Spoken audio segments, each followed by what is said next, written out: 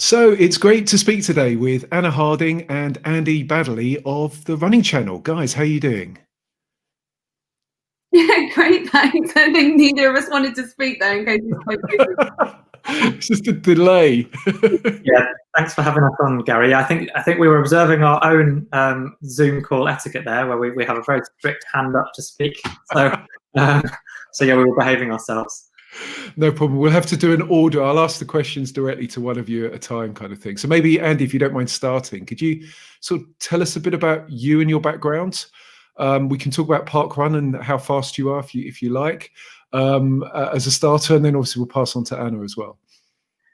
Yeah. So I'm Andy. My background's in professional sport. So prior to the Running Channel, I was a professional athlete for more than 10 years. Some of those years successful, some of those years injured. And so I suppose that in itself has given a lot of different angles to come at what we do at the Running Channel and the way we speak to people about my experiences and other runners' experiences as well. But yes, I was lucky enough to compete at 2 Olympic Games over 1500 meters for Team GB. And that feels like a lifetime ago. But as part of that, myself, my training group used to regularly do parkrun. We lived and trained in Southwest London, sort of the home of parkrun. So back in 2012, I ran Bushy Parkrun and set the record there. And that's probably been the only good thing that's come out of the global pandemic, and the fact that parkrun's on, is that the inevitability of someone breaking my record has been delayed. So yeah, that feels like a lifetime ago. But yeah, that's me. That's my background. Cool. Anna? Yeah. So my background is actually in radio. So I was a broadcast journalist for 15 years, news editor at Global Radio. Presenting news. You might have heard me on Heart or Capital or Classic FM sometimes. So yeah, I sort of was in that broadcasting world for a long time. I started running very well, I say late in life, but I wasn't always a runner. I've only been running probably about 3 years or so. Okay. So my first sort of dabble with running was to sign up to a marathon, as you do, countless marathons. Yeah. So I threw myself into sort of learning about running and sort of crossed over broadcasting with running by coming to the Running Channel. So yeah. Fascinating. So can you maybe tell us how the Running Channel came about? How did you guys get together? Maybe Andy, do you want to start with that? Yeah, sure. So myself and Adam Tranter, who I was working with at that time at Fusion Media, which is a PR communications agency that specializes in sport, active travel. We did a lot of work in cycling and other different sports as well. And when we were talking to running brands, we felt that there wasn't the same opportunity for video that there is in perhaps other sports in both endurance and outside endurance. And so we thought we'd also done a lot of work for clients on their social media and growing social media presence. So how would we do social media and video if we had complete control of it and we were doing it ourselves to build an audience from scratch? And how would we do it for running? So we had the idea for the Running Channel. I think we spent actually quite a lot of time on the name and had really elaborate names that like required quite a leap of logic to work out what it was to do with running, and then settle on the Running Channel because it was simple. And actually, yeah, I'm so glad we did. And then I'd met Anna through some work we were doing with some clients for running and journalists that were interested in running. We thought Anna was fab, and then spoke to her about the idea that we had. And then I'll let Anna take over from here, really, because she grabbed the opportunity with both hands and has been instrumental in what we've done so far, really. Yeah, so I got a phone call from Adam Tranter sort of saying, we've had this idea, what do you think about it? And I said, it sounds like a great idea. And so he asked if I wanted to be involved. And I said, yeah. I mean, at that time I was reading the news for a breakfast show. So I was starting work at 4 in the morning and finishing at 1 at lunchtime. So I had 3 afternoons. And I sort of said, yeah, do you want me just to do some stuff in the afternoons for you? What are you after? And he sort of said, well, no, it's more of like a full-time thing. so you would need to leave your job. And at that point, I was just, I think like the very first reaction was, yeah, sounds great. And then sort of thought about it a little bit, because obviously, you know, leaving a career that you've been part of for many years was quite daunting. So yeah, I thought about that a little bit, and then went back to him and said, yeah, sounds great, sign me up, quit my job. And yeah, then started with the running channel. So and how did you find the shift from radio to not video? I mean, was that daunting for you, or was it something you seem obviously very natural in front of the camera? How was that initially?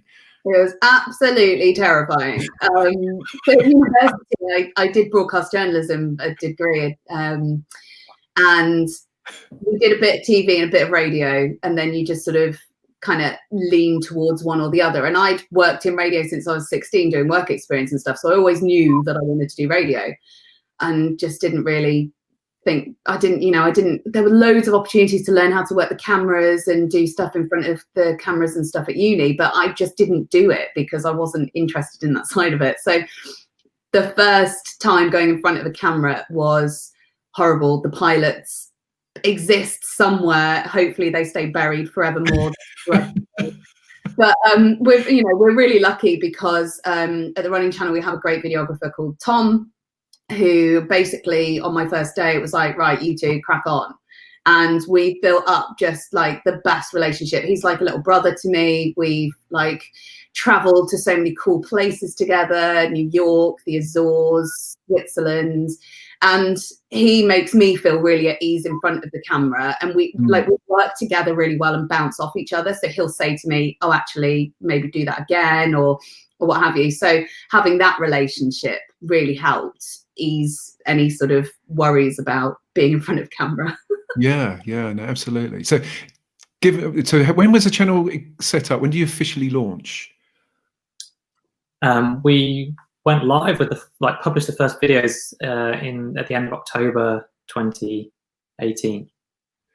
Yeah. So basically, you've pretty much added roughly 100,000 subscribers a year then. So and you're on roughly about, was it 1 million monthly YouTube views?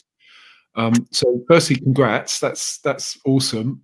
I suppose the key question is, how do you manage that? Just literally start with a blank canvas and then get yourself to that amount of scales, so quickly. Yeah. So I mean, we're just over 200,000 subscribers, which you say starting with a blank canvas. We did. The first day was terrifying. We banked, I think, 5 videos so that we didn't go just with one video.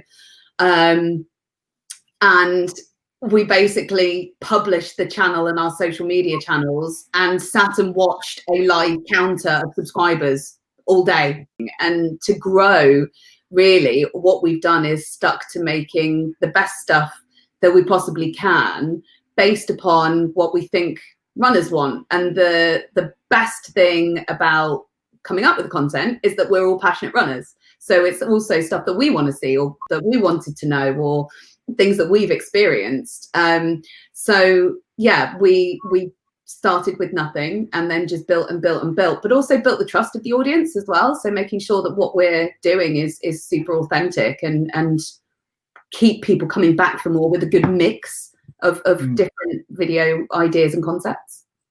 I think that authenticity gets bandied around a lot now, particularly with the increase in influencer marketing and so on. And ultimately, there's a few sides to it. One is that we were desperate not to show a kind of filtered, perfect view of what it's like to be a runner. And so everything we wanted to do was supposed to be relatable. So Anna's done some incredible challenges: New York Marathon, the Azores, the world's toughest island race, running the Brighton Marathon, and so on. And Anna's been happy to be very candid on camera about actually at some points in a marathon or whatever it is, actually feeling pretty rubbish. And then I've done a blog about being injured and the doubts that go through a runner's mind when that happens. So it's not polished Instagram perfection. It is, like, we hope, all of the things that resonate with runners from all over the world, whether they're feeling great that day or whether they're having an off day. That was the goal, and it's started with questions that Anna's been asked as a runner, questions that I got asked when I retired or when I was still competing, and probably like a really good example is that, yes, I've run at the Olympics, but if I speak to an individual or a group of people, that's actually quite, it's not this the Olympics is the pinnacle of sport for a lot of different sports, but it's not necessarily relatable. Most people aren't like, I know what it takes to get to the Olympics, or I could do that.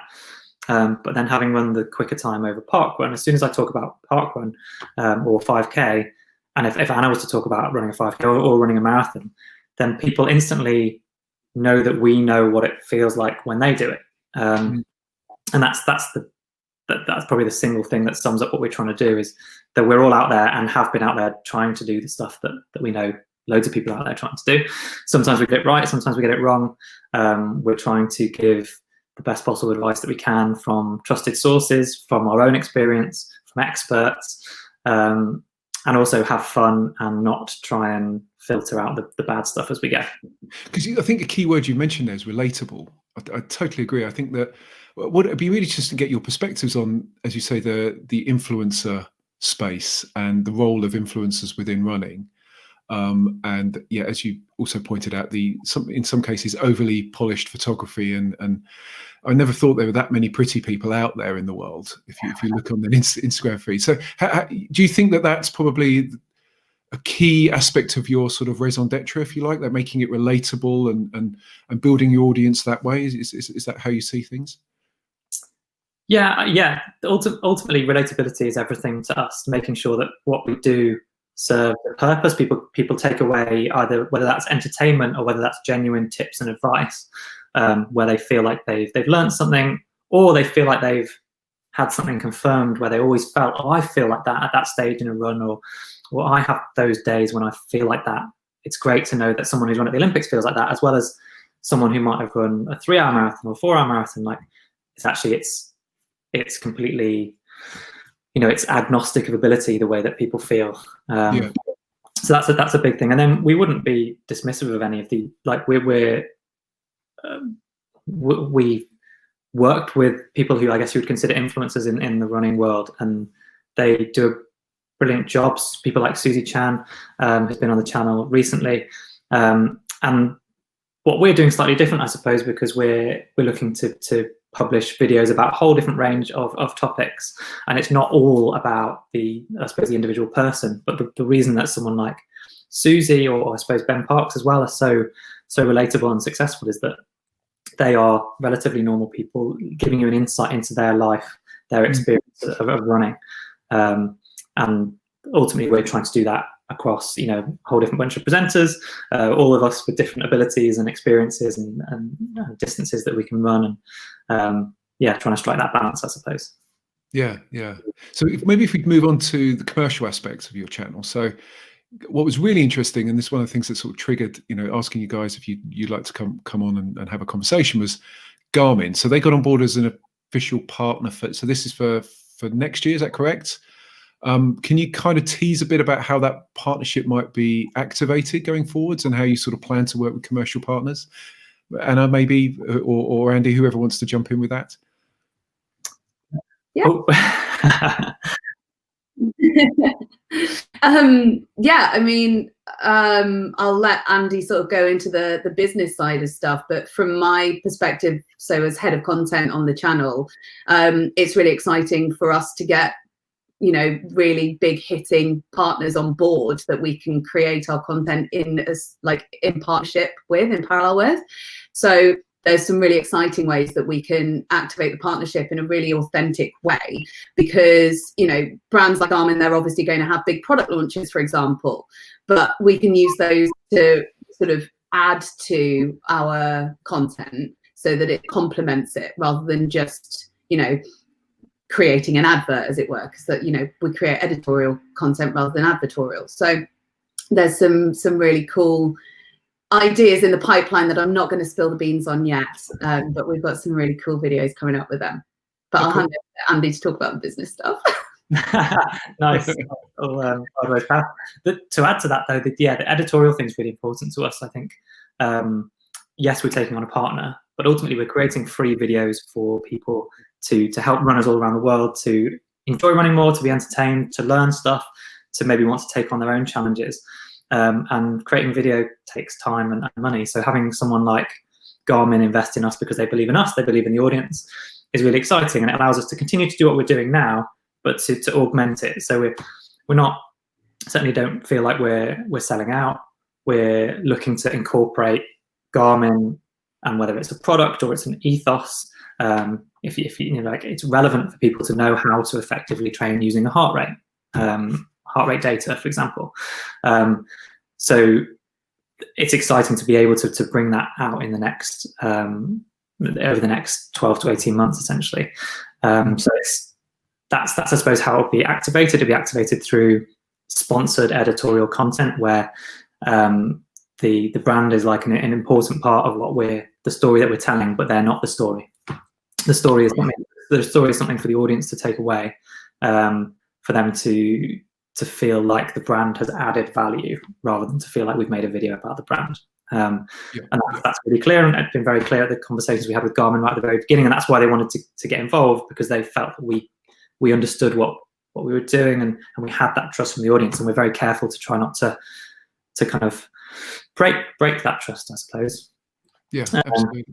But yeah, so we'll link with that, because the other bit of news that was also really interesting was your fundraise. So is it a 1 million private investor fundraise? So you didn't go with Crowdcube or anything like that. This was a private investor raise. So firstly, well, congratulations. That's quite a nice bit of money to have. So maybe can you elaborate a bit on how you're going to spend that? Carefully. You know, it's an interest. 2020 has been an interesting year for all businesses, and so we have had to be quite prudent in how we're investing. There's two sides to it, I suppose. Our audience should be reassured that we're spending it in order to continue to be able to create the content that they've got used to seeing, and to always be able to access the free content that we put out on YouTube. That will always exist, and ultimately we'll scale that up throughout 2021. So that's a big part of the investment, is to be able to create more videos and more regularly. At the moment, we create 2 videos a week, and we'll look to increase that throughout 2021. And to do that, we need to grow our team. So we need more people to help us to produce the videos. We're a tiny team doing what we've been doing on a shoestring, essentially. So to be able to invest in creating more and better and more elaborate content on YouTube as I suppose the flagship, but also across social media and so on. So people, I'd hope, will come to different channels of the running channel for slightly different things. Yeah. And that we'll be able to offer slightly different things that are better suited to each of the platforms. And so yeah, it's there to help us grow and to help us to keep doing what we're doing, really. So it's creating video regularly, week after week, and to keep it at high quality is both time consuming. It's exciting, don't get me wrong, but it's time consuming and expensive. So having that to back us is really exciting. Yeah. So I'm guessing also there's an international element. I think I saw in the release that you put out that you're looking to broaden the audience reach. Would that be right? So you have of your subscriber base, would it be predominantly UK, and then you're looking to then broaden that internationally? Well, it's sort of. We're looking to grow, so to increase our audience size at the rate that we have been. Like you mentioned, 200,000 subscribers. Actually, 100,000 of those subscribers have come since April. So wow. April 2020. So we've had a really, one of the few good things, other than my parkrun record being intact of the pandemic, is that people are running more, and like that's what excites us. We're trying to help people to feel as passionate about running and to enjoy it in the way that we do. And we've seen more people start running, or people who previously wouldn't have described themselves as runners now describing themselves as runners. Yeah. So, no, I was just going to say, so I'm guessing that that, as you say, that extra 100,000 has meant that your audience is different, that you've got a lot more of a sort of a newer runner. Would that be right, Anna? Is that something you're seeing in terms of the most popular videos that you're putting out, those that are yeah, for predominantly newer runners, or is it a mix in terms of what's enticing people's interest? We have a real mix on the channel. You know, we try, as Andy said, we do 2 videos a week, so we try and make sure that that content is varied for beginner audience and improver audience. But at the same time, those videos, there is a way to have takeaway tips and useful information for the entire audience. So we always sort of think about in the scripting process of like how-to videos and things where we're going to give away tips, how this can benefit the whole range of runners. So I wouldn't like to sort of say that we have, you know, a specific audience. We've always tried to cater just for runners, you know, so our entertaining stuff hopefully is entertaining to the faster people who maybe think that, you know, they don't need extra tips, but then there's also some improver stuff in there as well as beginner stuff. Yeah. Yeah, I think that's exactly right, that we're trying to appeal to as many people as possible, but make sure that we don't alienate anybody in what we're doing. And ultimately, the bigger the audience is, the more specific we can be with content. When you have a tiny audience to start with, there's no point in making videos that only appeals to 10% of that small audience. But now I have a bigger audience, we can, and we have always been able to be reactive. So loads of, you know, we have incredible engagement across the channel where amazing fans and viewers from all over the world will ask for very specific things. They'll ask for us to answer their questions about a video that we've just made, and we'll always get back to them. But also they'll say, please, could you make a video about this? And actually, if we get enough requests about that, or we feel like that's a good idea, then we will. And quite a lot of our videos are audience inspired, and it's that kind of that engagement and that interaction which is the most rewarding element of it, actually. And to touch on the geography, actually, we do have a really broad international audience with a focus in the UK, but also a significant audience in the US and the rest of the world as well. So it's been really exciting for us to see that, and to see some amazing things. Like we have in our closed Facebook community group, we've seen people in the US sending gift packages of running stuff to their friends in the community group in Australia.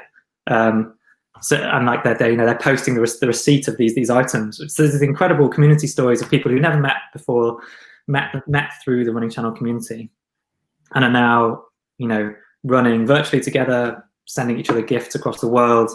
Like, I suppose it's everything that's good about social media is seeing that stuff, basically.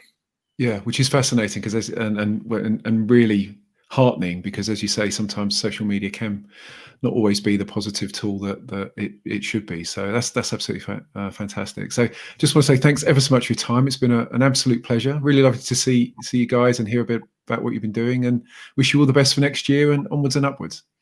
Thanks, Gary. Thanks, Gary. Thanks again. Take care. Bye-bye. Cheers.